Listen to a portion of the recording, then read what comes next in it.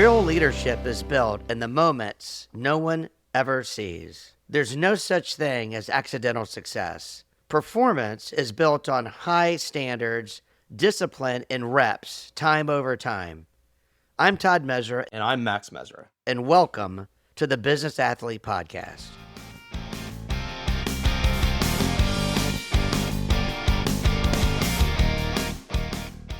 Long before success becomes visible, someone helps shape the standards, discipline, and mindset behind it all.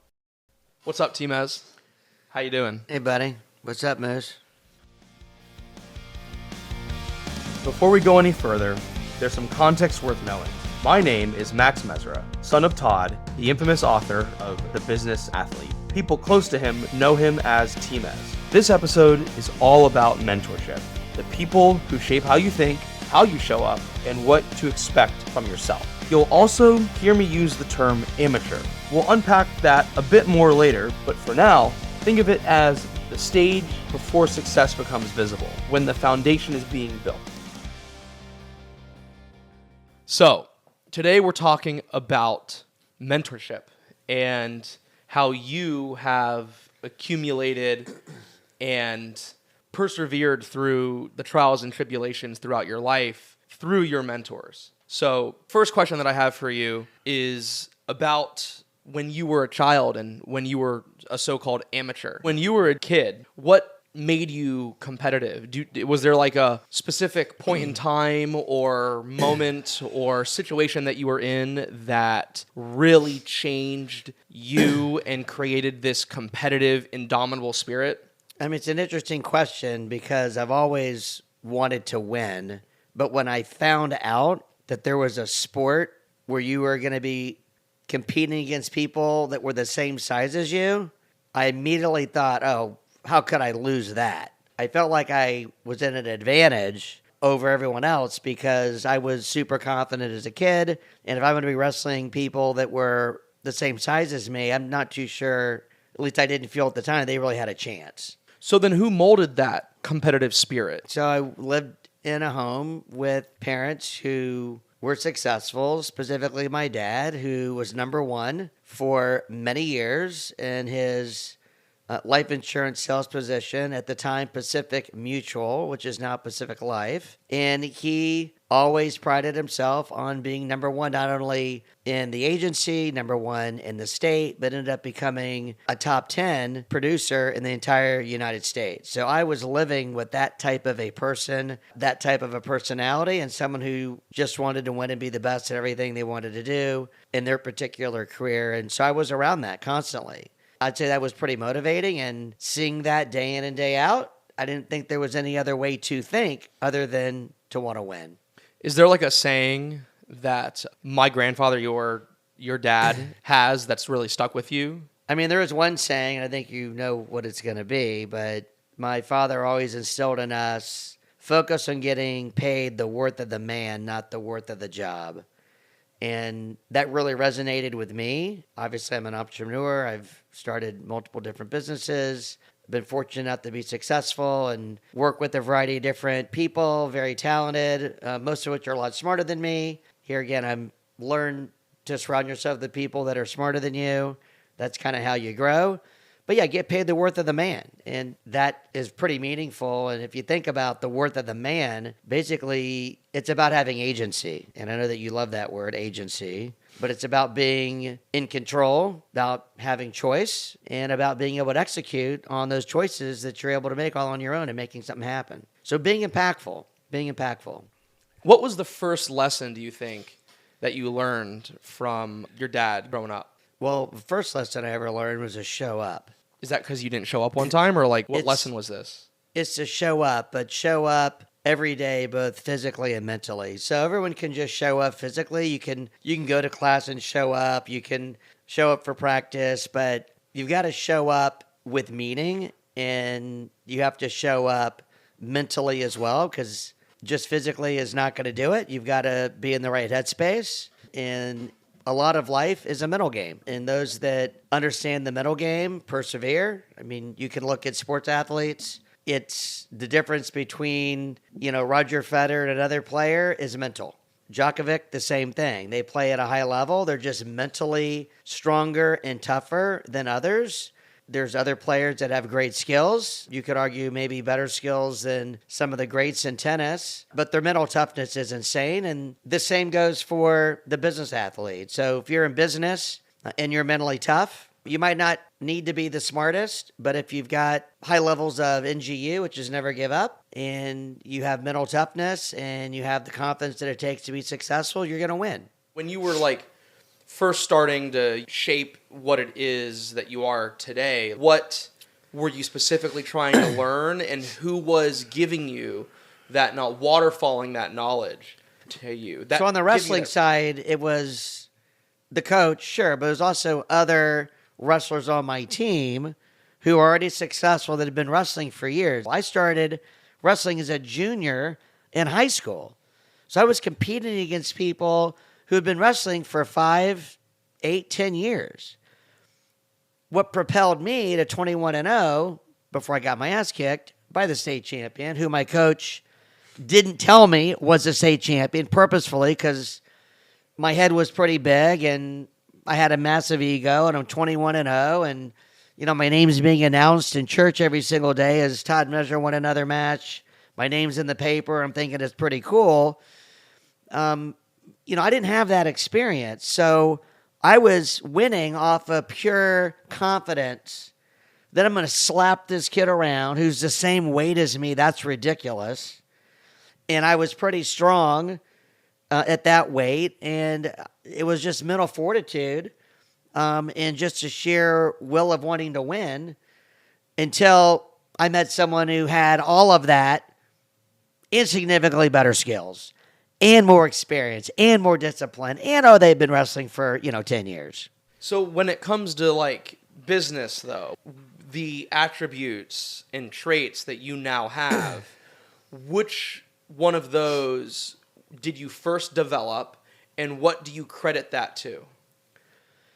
Skills, the skill that I developed to become a business athlete. To become an elite business athlete. So it's a lot. Because they start early. It's a lot of skills. So it's... What was the first skill that you focused on, right? Discipline. And who taught you discipline? Wrestling. Wrestling taught you discipline. The sport of wrestling taught me discipline. I didn't know that I'd already learned it. Watching my dad wake up at 7, be out the door at 8, and come back 8, 9 o'clock at night every single day, my entire life. I saw that.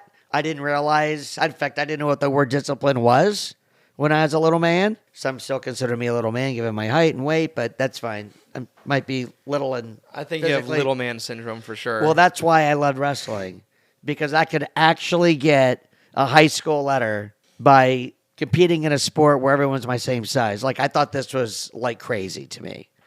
But yeah, I mean, discipline was a byproduct of my upbringing. I just didn't realize it. And then I took that discipline that I had seen and known and then waterfalled that over to wrestling, which is probably one of the reasons why I practiced so hard, why I did as well as I did, with effectively no experience at all. So, as they say, the harder you work, the luckier you get. So I worked pretty hard at wrestling practice, probably harder than most, and it helped until it didn't, because someone eventually had a lot better skill set than me because I didn't really have the experience. So let's talk about this, because you just used a lot of words that I think people don't really know about, like business athlete, NGU. Go through just like a brief summary of what the parameters are of a business athlete once fully formed, like once you are one, what those components are, then what level do you have to reach within those different swim lanes, as you would say, make up a business athlete. So everyone's a business athlete. Anyone that's in business is a business athlete. It's just a matter of at what level are you performing. No different than everyone plays a sport, but are you playing it professionally? Are you playing it as an amateur, recreationally? Kind of the same analogy when it comes to business athletes. So the different levels of a business athlete are level 1, which is amateur. Level 2, semi-pro. Level 3 is actually professional. And then level 4 would be elite. So in order to be elite, you have to consistently win at the highest levels. That's the difference between an elite business athlete and just a professional business athlete. And if you win consistently at the highest levels, the byproduct of that will be great success, which would include, monetarily getting into a financial position where you're super secure and pretty much can do whatever you want in the world. What does it take to win? So it takes time to get to that elite level. So the thing that most people don't understand and won't embrace is the long runway. It's not the short game, it's the long game. So you have to have patience. You have to make the right moves. You have to hang out with the right people. You have to become a student of the business. And as you grow and this progresses over time, both your intellect, your skill set, both mental skill set, verbal skills, relationship skills, over time that will gel to the point where you'll become an elite business athlete and you'll end up consistently winning in most anything and everything you do and touch. A wise woman once told me, your vibe... wise woman? Yeah. Is this your mother? Probably. A wise woman once told me, your vibe attracts your tribe. When you were growing up, when you were coming into your own, who was it that you started to surround yourself with that really grew you, and who did you discard almost? Who did you realize was a bad influence and why, and what has that done to you today in retrospect? Yeah, so you have to listen to people, and you have to observe people, and you have to, study people. And the best way to do that is to ask questions and to spend time with them and look at how they react in certain situations. Look at how they treat other people. Look at how, do they have a relationship with their parents? Yes or no? Do they have a relationship with their siblings? Yes or no? Do they go to class? Yes or no? Do they study? Yes or no? All of these things are things that you have to observe to determine, is that the type of person I want to hang out with? So in college, for example, I hang out with a lot of nerds. Why nerds? Well, not shocking that they're extremely disciplined. They show up on class. They study, even though they don't have to study. But Michael Jordan doesn't need to take foul shots, but he practices foul shots every single day. Or Steph Curry, who has a foul shot. I think he's in the Guinness Book of World Records for 100% accuracy in foul shots for a particular season. So how do they get to that? Practice. So I had kids in my fraternity that some were super smart and didn't really need to study and kind of just skated the way through and had fun. And other ones were not that smart or not as smart, but they studied, had significant discipline. And if you look back where they're today, they're very successful people running their own businesses or leading teams of 1,000 people. It's not hard to figure out who's going to be successful and who's not. You just need to understand what are the identifiers, what are the factors that you need to look for to make sure that you're hanging out with the right people. And those are the factors. Those are a few of the factors. So just to recap, 1 is discipline. 2 is... how they treat other people. 3 is... what are their habits? So do they have good study habits, which kind of falls along the same lines as are they disciplined? Yeah. Do they show up? So, I've never hung out... are they present or not? Yep, mentally and physically. Mm-hmm. Never known anyone successful who doesn't show up. I mean, that's just, you just can't do that. You have to show up. But these people will stand out. They are noticeably different from everyone else. You're going to know it when you meet those people. Great example. I was in a fraternity. We had 150 kids in our fraternity. What year was this? 1987. So I'm really dating myself. Of 150 kids, there's only 2 kids that I would even consider being my roommate. That's a pretty low percentage. 2 kids. I ended up being their roommates. We became best friends. We didn't understand a lot of the other people. Candidly, they just didn't fit because of some of the things we talked about earlier. They didn't check all those boxes. Some checked some and some didn't. Some didn't check any boxes. I think one of them is still in college right now. Still never graduated. Unbelievable. Yeah, I think he's like 63 years old. He's a perpetual student. That's a whole nother story. Oh, boy. But yeah, I mean, it's a few people, but those 2 fraternity brothers of mine stood out immediately. Their kindness, their intelligence, their discipline, their focus, their motivation to want to do something and achieve great things and be impactful. People talk about that stuff. People show that on the outside. That's nothing hard to kind of figure out. What gave you the key to the business game per se? Like, what age were you standing alone, looking at yourself in the mirror, like, oh my gosh, I just have to keep going? What was it? So it really started when I was interviewing for a first job after graduate school, and I flew to LA and I met with a bunch of very successful, prominent businessmen, and everyone I met with said two of the same things. One is, wherever you end up working, work for the best. So that kind of stuck with me and resonated. The second thing is, you have to understand that it's going to take a lot of time. And I asked the question, well, what do you mean a lot of time? They said, well, probably a couple of decades. And I said, a couple of decades? And I am sitting there 23 years old after graduate school thinking, 2 decades? I'm going to be 40 plus years old. And they basically said there are no get-rich-quick strategies. You have to study. You have to focus. You have to be disciplined. You have to network. You have to leverage your relationships, utilize your resources consistently year after year after year after year. And you have to stay focused on being the best at one thing. So if you jump from being a baseball player to basketball player to football player, back to track star, over to tennis player, you're not going to be able to be the best at anything. So they all said, be very thoughtful about where you start your career, because ideally that's the industry that you want to be in, and that's where you want to end your career. If there's such a thing for ending a career as a business athlete, which if you're at the elite level, the answer is no. I mean, retirement's like a bad word. We don't understand what retirement means. But it's the long game. And I didn't understand it, but I kept hearing that from a lot of different people, very smart, very wealthy, successful people. And that stuck with me. And ever since then, I've kind of embraced that and always knew that I needed to play the long game. And here I am, 60 wonderful, 61, 60 wonderful. I like saying 60 wonderful. Everything that they told me came true, and everything they told me to do has paid off. So I'm grateful for that. I feel like most people don't get that advice. Why do you think they told you that?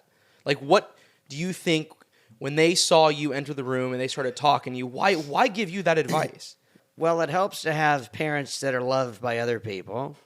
So my parents are super social, super easy to have fun with. That's what? That's for sure. Yeah, that's for sure. And so when I was son of Leon is really how I was recognized or knowing, oh, here comes son of Leon, who's going to have a meeting with us about potential job opportunity. And I was son of Leon first. And then I had to establish my own credibility by becoming Todd Mezrah, son of Leon. And then I just eventually became Todd Mezrah. And then, oh, by the way, that's the son of Leon. So I think they love my father. They love my mother. They wanted to help their son. And people who love other people want to help each other. And I think that's just natural. So if you can find those types of people, then you found a pot of gold.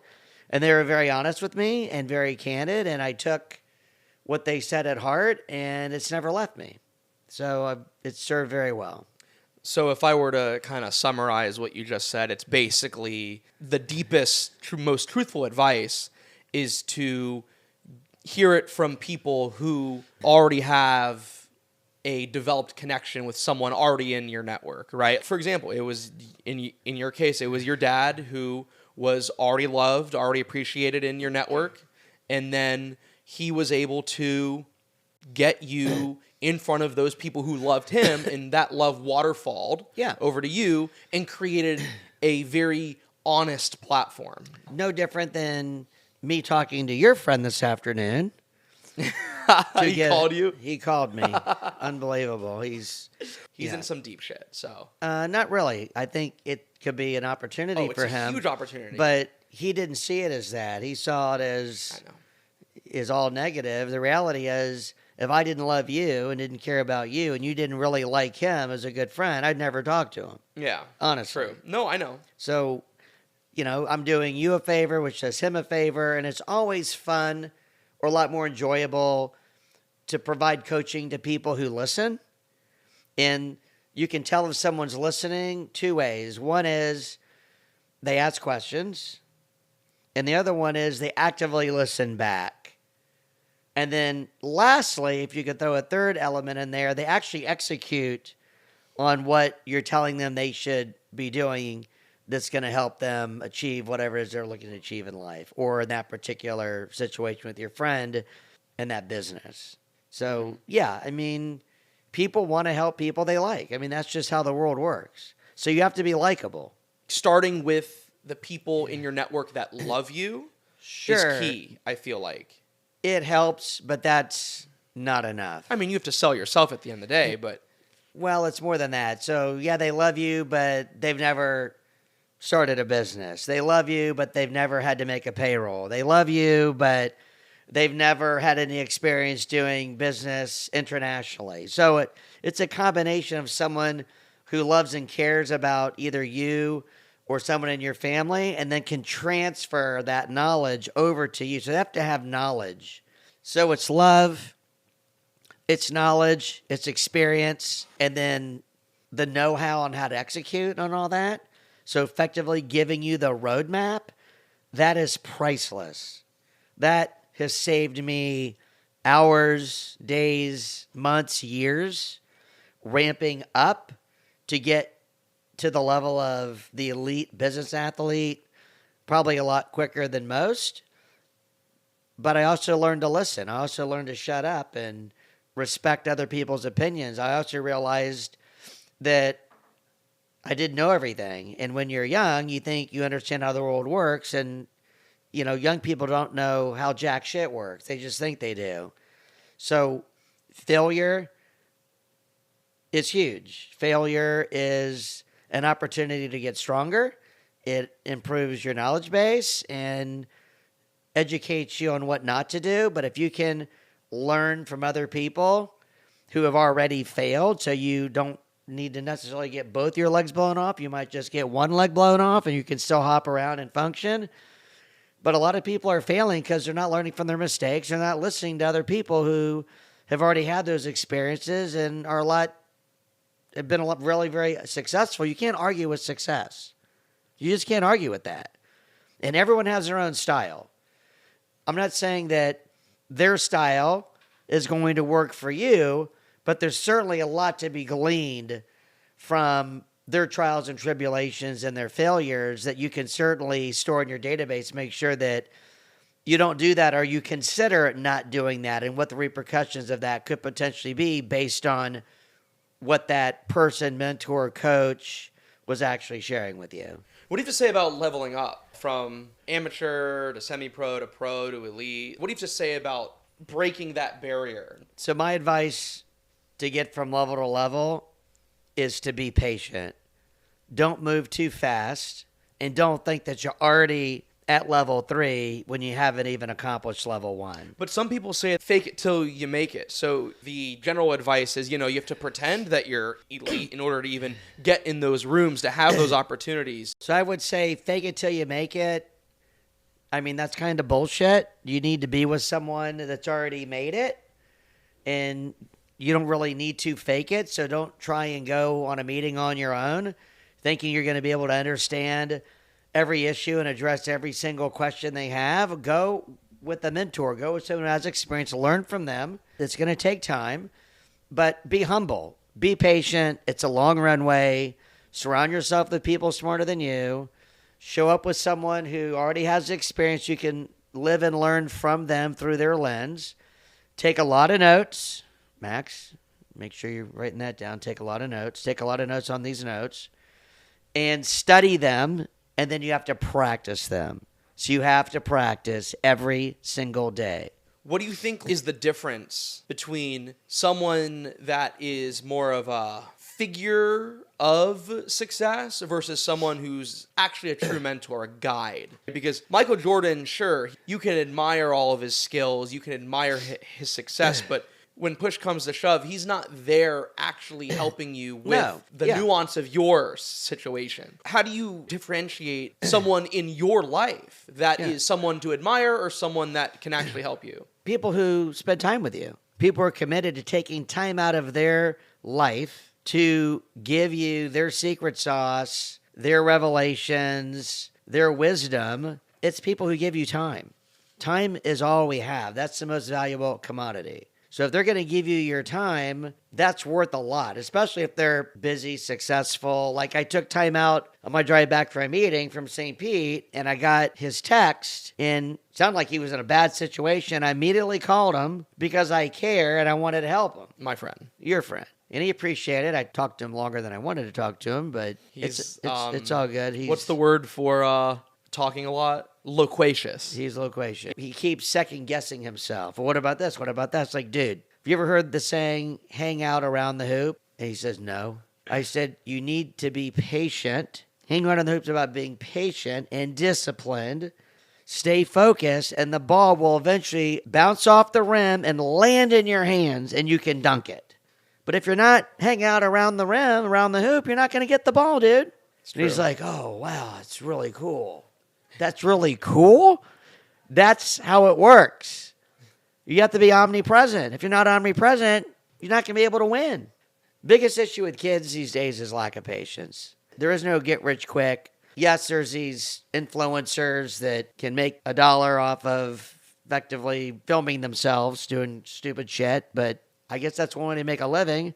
I'm not too sure how to call that a business elite athlete. I'm sure there's someone out there that has millions of followers, and kudos to them. They've developed a reputation, credibility, a following. They're obviously interesting enough and intelligent enough where people are tuning into them. But that's all good. It's just another avenue. But most people, you got to play the long game. You got to have patience. And I'm sure those 5 million followers didn't all happen like overnight. I'm sure that took a long period of time. Yeah, that's you know more about this than me. That's what I was going to say, is that I think the trade-off between a business athlete and an influencer is that an influencer dedicates 100% of their time to creating content, whereas a business athlete is dedicating, call it 75% of their time to the business and 25% to their body, their mental. You have to have a balance. Yeah, I don't know enough about influencers to know what they do with their time. Other than it's all content. It's all about pushing it out. I mean, the most famous YouTuber now, Mr. Beast, he has been doing YouTube since he was like 20, 21. Well, I've never heard of him. He's never interviewed me. He's been doing it. But the point is that he was doing YouTube consistently all the time for like 8 years before he got famous. So he grinded for 8 years. Well, there you have it. So he had lots of all of his time. NGUs never give up. He had that flowing through his bloodstream, and no different than, what's the Star Wars analogy that I used for NGU? I don't even know. Midichlorians. Midichlorians are the same thing as NGU. And he grinded it out. And I'm sure it took him, like I said, I didn't even know this when you said it, but it took probably years for him to develop that huge following. And he had to win. He had to do a lot of things right in order to get the attention that he's received. So kudos to him. Yeah. What do you say to people that are either afraid of rejection or have been rejected too many times to where they don't even believe that they are able or have the ability to do something new or difficult, and the woes of life have just crushed their confidence? Well, number one, I'd ask, who the hell are you hanging out with that you believe that trash? They're actually letting you think and believe this bullshit. Secondly, you might want to consider a therapist. And a therapist could be a business coach. So invest in yourself. Go out and find a coach that will motivate you and inspire you to be the best you can be. There's no shame in that. So once the best athletes in the world, sports athletes in the world, have coaches. They have multiple coaches. Yeah. So take agency. Take agency. If you don't believe you have agency, then it's just game over. It's just going to be like just everyone else. And so, like, what do you say to that person? Find a different friend group. Be around people who inspire you, who motivate you. But I'd say that's hard to find, I just got done telling you that especially 2 people out of my old fraternity. I know, 2 out of 156. So in this day and age, it's pretty hard to just pick up and find new friends because people are somewhat untrusting of new people. So how do you even approach or find yourself in that situation to even create a positive environment? So the easiest answer to that is find someone who likes or loves you and respects you, and ask them to introduce you to people who they love and respect that are successful that they can introduce you to. No different than trying to find a date or trying to find a spouse, So treat it a like partner. Yes, it is. That's exactly what it is. It is a different way of dating to find people in your life that will inspire you to be the best. I like that. So that's Yeah. been my experience. I'm just telling you based on my experience and I have discarded friends before, and I've told them flat out because kind of one of my weaknesses is I'm black and white and I'm very honest. And I did tell one of my friends, you're very negative. You're not inspiring. You're not motivating. The sky's falling. And you complain about every goddamn thing. I said, there's nothing about you that's positive, and I don't want to hang out with you anymore. And they were stunned that I would say that. But here's the biggest thing that they realized. They didn't even realize that's who they were. Didn't even know that's the type of person they were. They were projecting such negativity that someone wouldn't want to hang out with them anymore. And that, like, yeah, dude, like this, it's horrible. A good friend puts up a mirror. A good friend what? Puts up a mirror. Yeah, well, I got a lot of mirrors. None of them are broken.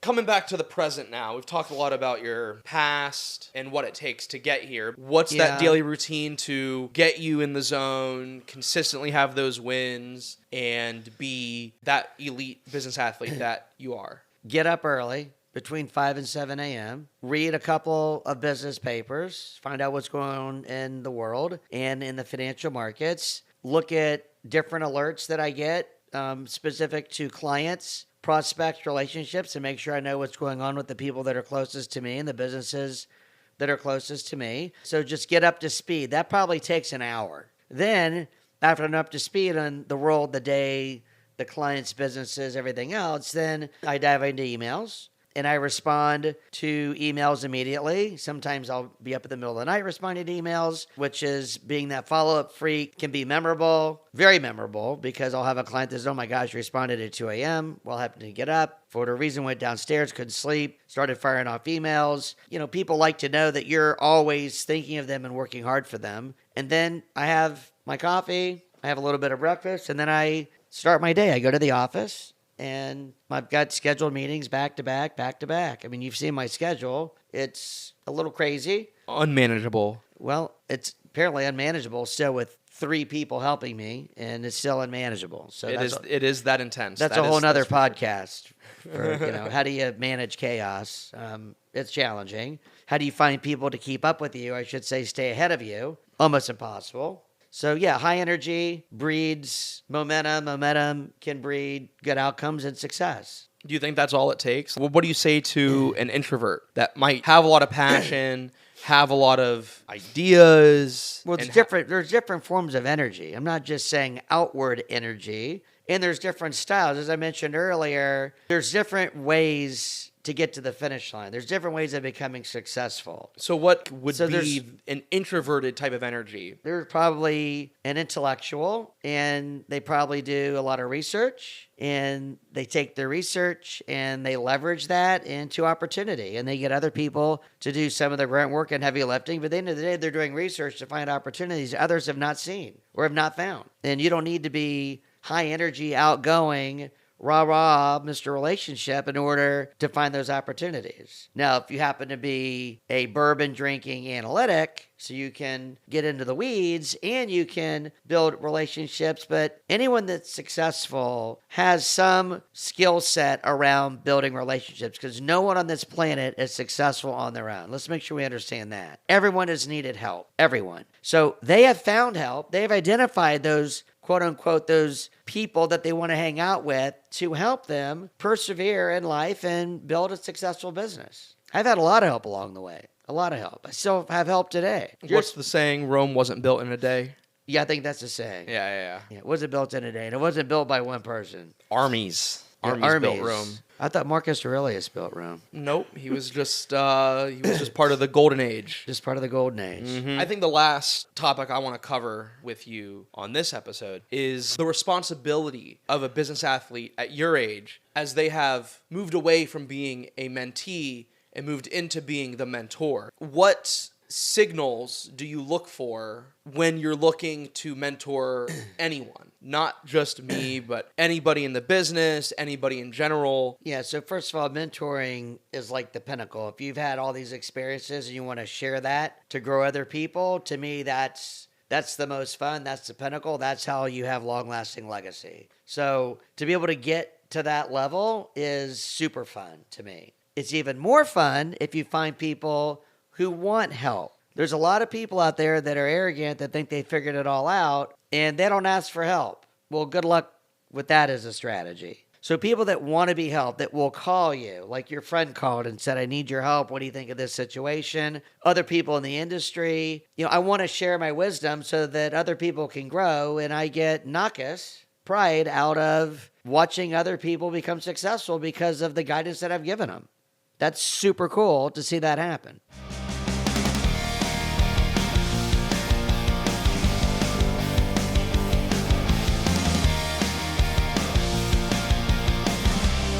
Leadership isn't tested when things are easy. It's revealed under pressure. There's no shortcut to sustained success. Stay committed to your journey as you become the business athlete you want to be. We'll see you on our next episode of The Business Athlete. Thank you so much for joining.